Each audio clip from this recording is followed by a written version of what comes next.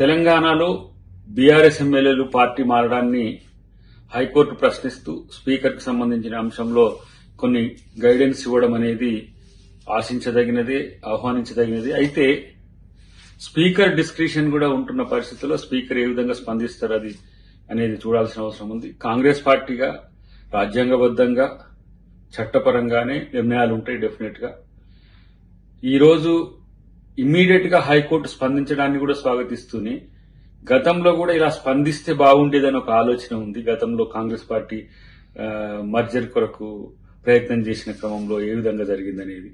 కానీ ఈ అంశం బీఆర్ఎస్ ఎమ్మెల్యేల పార్టీ మార్పు అనేది కేసీఆర్ వైఫల్యం నుంచే వస్తుందనేది తెలుసుకోవాల్సిన అవసరం ఉంది. అటు హరీష్ రావు ఒకవైపు, ఇటు కేటీఆర్ ఒకవైపు నాయకత్వ సమస్యలు వచ్చినాయి వాళ్లకు, ఆయన బయటికి రాకపోవడం కేసీఆర్ గారు, దానివల్లనే పార్టీ మీద నమ్మకం లేక పార్టీలు మారే పరిస్థితి వచ్చింది.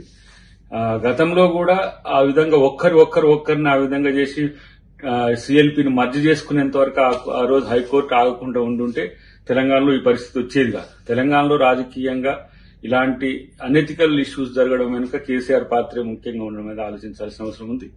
రేపు స్పీకర్ గారు గాని కాంగ్రెస్ పార్టీ గాని హైకోర్టు పరిధిని అటు రాజ్యాంగ పరిధిని దాటకుంటూనే వివరించే అవకాశం ఉంటుందని చెప్పదలుచుకున్నాను.